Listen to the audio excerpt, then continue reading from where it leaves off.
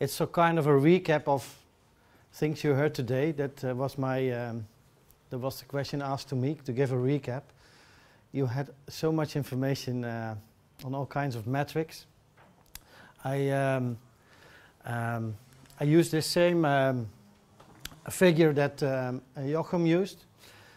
This is what we use to summarize the reform results and to summarize it for the practitioners.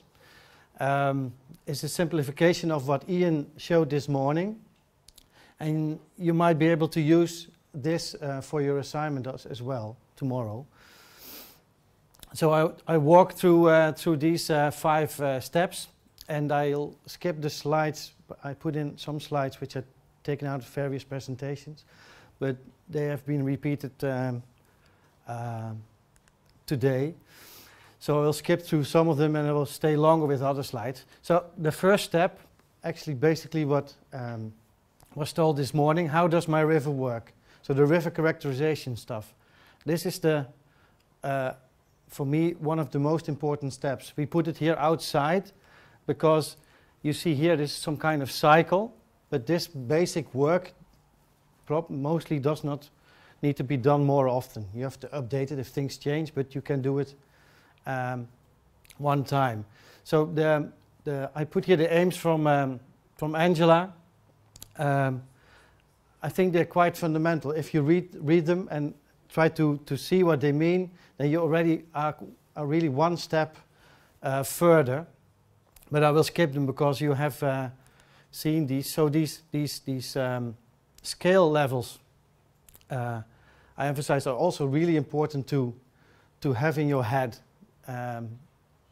to be able to work with them. Also the summary of Massimo of the different stages. It's similar to what Angela is saying, of course. You want to have understanding of changes through time and of what he shows here, the future trends. So you have to assess and understand your river on all these scale levels. Well, these are the stages from Angela. Delineation, characterization. You've seen a lot of indicators, biological but also hydromorphological, assessment and scenarios. You see at point 4, assessment, you already go into interpretation of these indicators, which is already also a little bit of, if you include the human influences, also a little bit of what's wrong. So it's also going in that direction. Well, the assessment is, first you look at your river type. What does my reach look like? And you look at your within reach features. Let's see.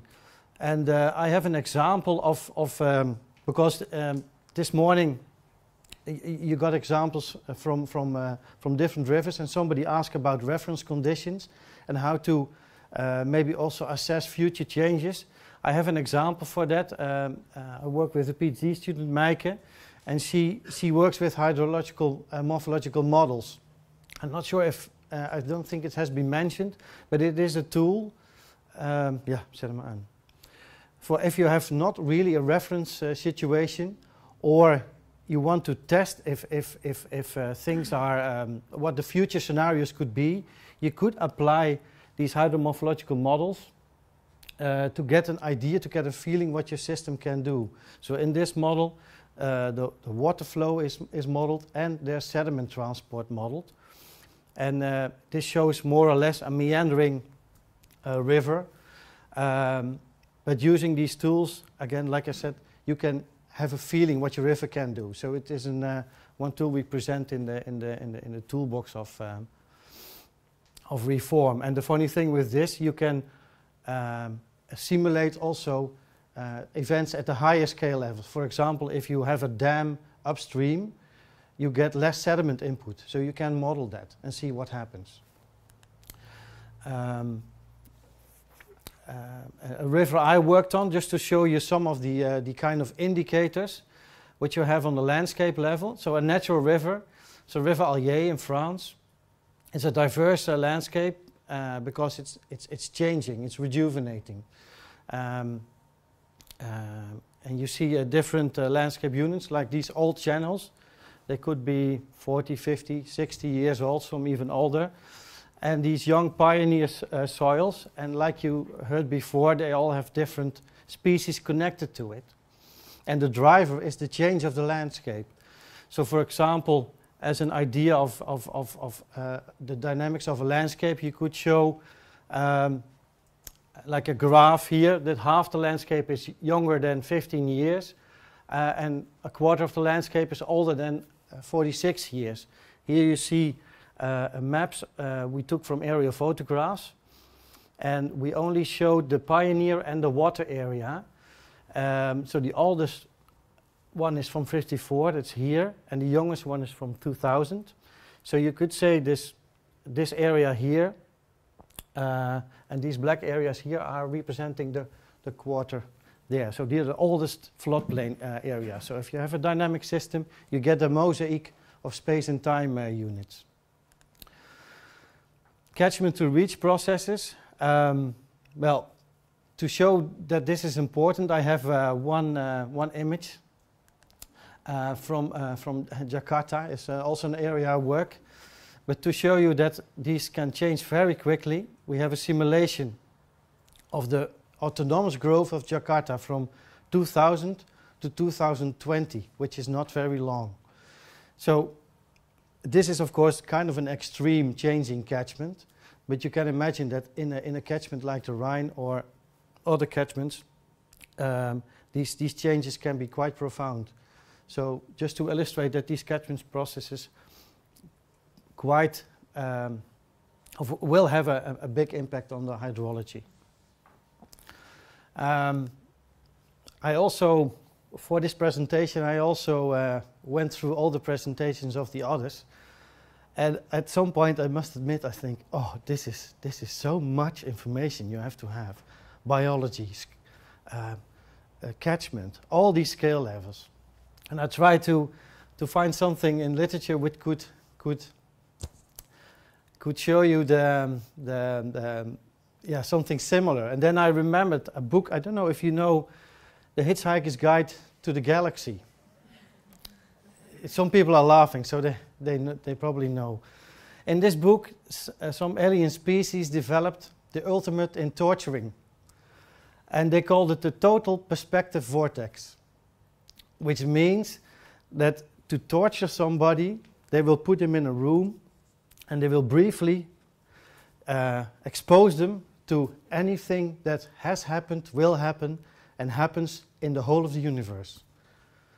And then I realized what actually Angela and Massimo and all the others were proposing. They are torturing us with their frameworks in which we have to ultimately know everything about the catchment, the landscape, the units, in the future, in the past, and the present. So, but that's why we had reform. Don't panic, it's the motto of the book as well. We try to summarize things in the wiki, so you might use that. But I found some comfort in the following slide from Angela. Because these 5 steps for me are key. When I read them, I thought, okay, yes, this is why we do it. So this is the input you can give from all these assessments to the practitioner who has to make decisions. And so to what extent can reach interventions be removed? To what extent can natural processes in the reach be reinstated? How may processes change in the near future? Given 1 to 3, is the current reach type the most sustainable option, or is another type more appropriate? 4, I like a lot, because a lot of practitioners don't choose. So they start with a plan, they follow the plan through all kinds of steps, until at some point there were so many mitigations from, so many changes to the original plan from other influences that it's not effective anymore. And the question 4 says you can choose. You can choose not to do it or to do it somewhere else. So keep that in mind. Sometimes you have not to do something. And also number 5, design rehabilitation. to allow the river to recover its form and function as far as possible given the human constraints. I can give you an example of that from my past. There was, Joachim already showed a picture of that, you will see it again. In Germany, we were working with some local river design people, and we worked on the Restrhein, which is more or less located here, I think only in the lower part. And the Restrhein, show you later, is a small channel of the former Rhine. Here you see the former Rhine with all kinds of islands, so mostly some intermediate kind of stable system. And the red line you see here is the normalization line. So they changed everything to this one channel. So huge loss of floodplain, loss of biodiversity. Here you see it in a cross section. So 1838, you see there are gravel. There's gravel bars. It's kind of still a dynamic system. In 1872, engineer Tula, a German engineer, designed this. This is the main channel. Here you can navigate, and these are the abandoned channels. In 1997, it was incised quite a lot. So this is the old channel, and somewhere in the beginning of the 1900s, this artificial channel was put next to it. It's on the border of France. This channel conveys up to 1,400 cubic meters per second, and it is for shipping. So this channel here is abandoned. It only every every discharge above 1,400 cubic meters is going through this channel. So this is like the Restrhein. For the rest of the water, this one is used. You see that it's quite disconnected. So this is a very dry habitat where in the past it used to be flooded. The funny thing is that if you want to do something here, this habitat is so dry and so unique for Germany. So there are many protected species who occur never anywhere in Germany. And they should not be there, but now they are protected. So sometimes you have a problem with the law because the situation is very unnatural. But there was a driver to change this because they had to keep the water in the river. It's funny, the high waters, because it's one channel, it goes really fast, and they had to keep it because they wanted to lower the peaks. So, that's the same story again. So this is the present situation. You see here a little bit of the artificial channel, which is not touched, and this is the Restrhein. So what we proposed was to widen the channel, so to make the floodplain, to reconnect kind of the floodplain, and to leave it as is, because there was no navigation. You can do whatever you like. It doesn't matter. It's not hurting anybody. You can sell the gravel.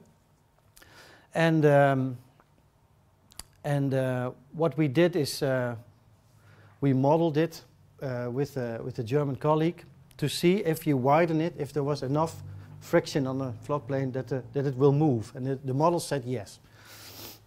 Well, it has not put into effect, but we made artist impressions.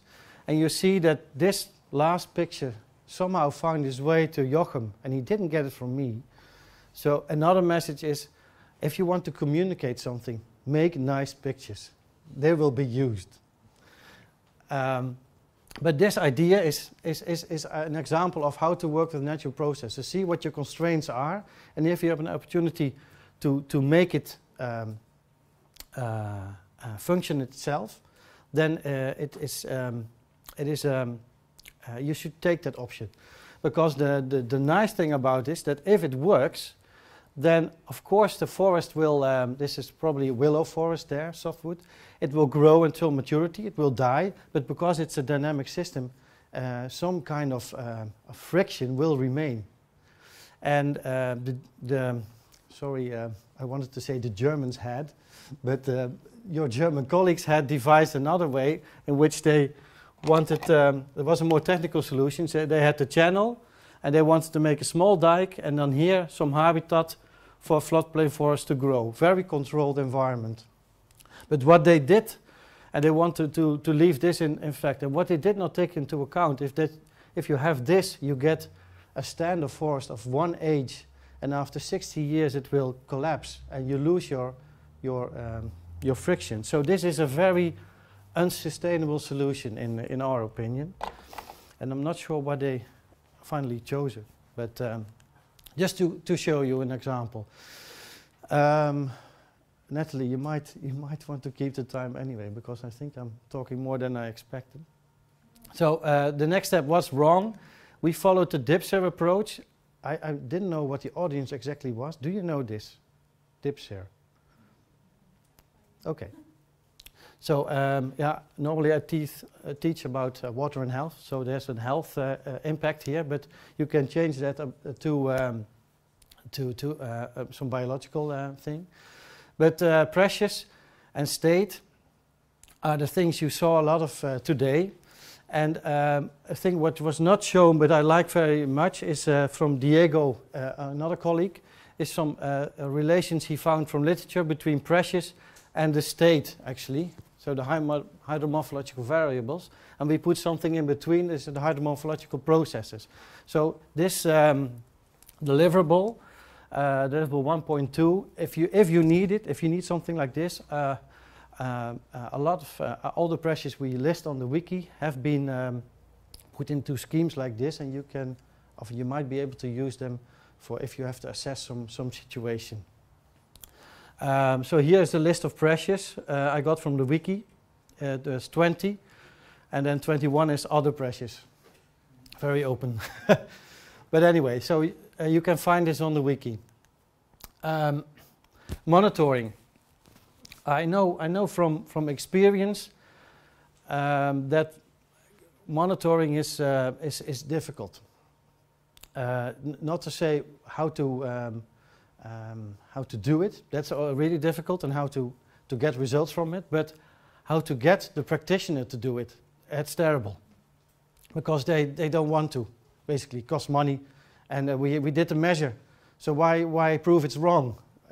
They don't want to know it's wrong, because they have to tell the government it doesn't work. They don't want to do that. And a lot of people, and if they do it, we have a lot of projects being monitored by the National Rijkswaterstaat, the National River Authority. But every project does it on its own way. So we have different goals, different variables, different methods, different time period, different locations. And importantly, the data on final project implementation is not there. So they plan a measure, they say they're going to do this, and in the field it's different. And it's not monitored, it's not recorded. And this is very important, because a lot of measures in Holland are about removal of bank protection. And these are big stones and smaller stones. And then they remove the bank protection, but not completely. There are still stones here and there. And then the idea is that this bank is eroding itself. But if there are still stones, it doesn't work as well as planned.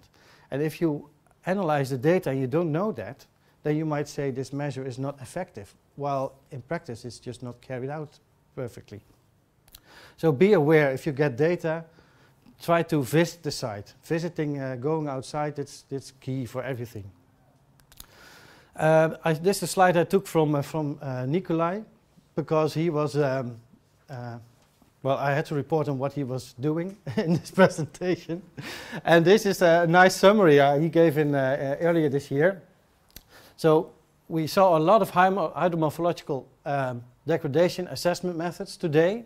And what the task of his work package was to find potential links to the ecology.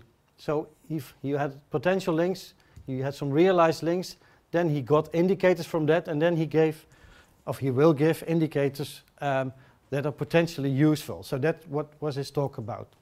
So that information will be available later on the wiki. Something about indicators. Sometimes indicators become the goal. I noticed that in the Netherlands, again with the National River Authority. I'm not trying to hammer them, but they have, of course, a huge area to cover. And they said they follow now the goals of the Water Framework Directive, but they follow the indicator goals. And it's sometimes very silly. This area here is in an impounded section. You see the how do you say? The dams, you see it over there. This used to be something like this. It's not exactly, but it used to be quite steep wall. What happened here is that a flood didn't follow the course of the river, but went straight across the area. It actually shallowed the shoreline in one flood. It put a lot of sediment on the area. On that sediment, the willow started to grow. And after that flood, the area recovered wonderfully. You see so many water plants in the water here. So this is a naturally restored site. The river did it herself. And what you see here is also some kind of spider plot we did. Again, an image from the area. We put in a spider plot and reflectance of the macroinvertebrates, but then the traits. And here in red you see things you don't want to have, more or less. And here in the green you see things you'd like to have. And but the Water Framework Index they used was scoring very low. And they said, we have to do something here. It doesn't work. But that index is an index for a river without an impoundment. It's based on rheophilic species. And of course, if you have an impounded river, it doesn't flow. So I'm just illustrating that that you have to be aware not to make indexes the goal.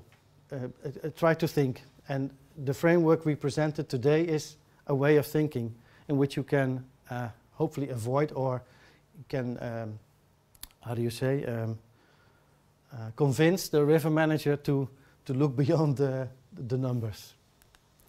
So how can we improve? Well, Joachim talked a lot about that. We figured, so we have a lot of measures in our wiki, and these are the measure classes. So we figured that as a first step, you might, with all the knowledge you know of the system, you might want to find a measure class. So you might want to improve water flow, or you might want to improve sediment flow, and or flow dynamics improvement. This could be the first selection for your reach. And then afterwards, you could, the next slide. What we also have in the wiki, which could be useful, is we have all relations between the pressures and the measures that we know of, and that could mitigate more or less that pressure, or are connected to that pressure. So if you go to the wiki and you select a certain pressure, you will see a list of measures connected to that. Might be useful. A question I get a lot from the river manager is, how much should we do to get a result, to improve this index to the good level? And well, actually we don't know. You see, it's already hard to prove what one measure does, let alone proving what 10 times that same measure in the reach does. So that's a very difficult question, because in our area they measure in they call it a water framework unit, and that unit is quite big, and they measure at different locations than where they do the measures. So they hope for some kind of how do you say, extra flow in from the measures into the water body.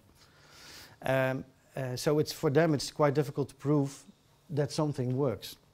And I must say, in the Meuse they put a lot of effort in restoring the shorelines. They do, I think they restore over 100 kilometers of shoreline, and that's a lot. So I hope we will see some improvement, but we couldn't tell them, of course, how much. But so no, this is a hypothetical graph, right? So this is the question: how much do you need to restore in the habitat quality to get a biological response? So this is the whole catchment planning framework. Every box was one or even more lectures today, so it's a lot of information you got. What I learned from Ian is that your assignment is going into this, so probably you can use this scheme to keep your head straight, to not to get lost in all the details. I think that's it for my presentation.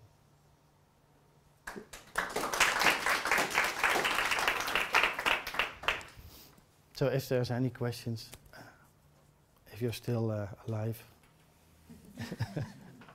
Otherwise, I'll be here tomorrow as well. So you can also ask. Okay. So thank you for the interesting presentation, and I have just one comment about modeling or morphodynamics. We'll show some examples.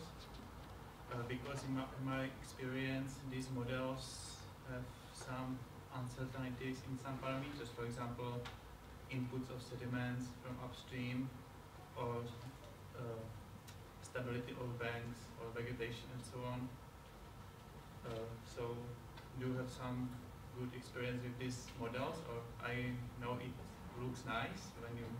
Yeah. That's why I put it in, of course. No, I'm not a modeler myself, but I'm closely connected to one who does the work. That's a Meike, and with Maarten Kleinhans. And for me, the model is some kind of instrument in which you get a feeling for how the system works on another scale level than I can see in the field, and another scale level in time and in space. So you have to play with the model, and don't expect it to, well, if you're a modeler, don't believe centimeters or things like that, but you can tune it and see how it behaves, the system. That's how I interpreted model results. And of course there are uncertainties, but I don't know, there might be some thresholds you encounter, or that's how I use them. I know that our river authority uses them for high water predictions, and what they do is they model the present system, they implement the measure, and they model it again, and they say, well, this is wrong because it's 2 millimeters of water level rise in the middle of the river, in the middle of the Rhine, 2 millimeters. And then I said, this is stupid, but it happens. So, but I don't know, don't go into the details with the model. I think use them to play around with and try to understand your system. That's at least for the context of this, I think. I don't know if anybody of the expert panel... I think you're absolutely right, and it's convergence of evidence, really. If you have got somebody who can model, then you can play with the models, you can look at the historical evidence, you can do all the things we've talked about today, and when they start telling you the same thing or something similar, then you've got confidence that you're probably in the right ballpark. So modelling is an incredibly useful tool there, in that you can at least have some partial control on what's going on, whereas field observations and you can't control. But it's very big simplification sometimes, because, for example, you show some meandering. Yeah. But if you, for example, increase sediment feed from upstream, the channel pattern totally change to unranging, for example. Yeah, that's true. You have to choose your boundary settings carefully, and and that's something you have to discuss with, or based on previous evidence. Yeah, you're right. You can change even the friction parameters of the sediment, or there's no vegetation in this model, but the roughness of vegetation is of course a big debate. There's so many formulations for that. I know. But so you can't use it for the millimeter stuff, only to play around with, like Angela says. Yeah. So, well. Okay, thanks. Yep.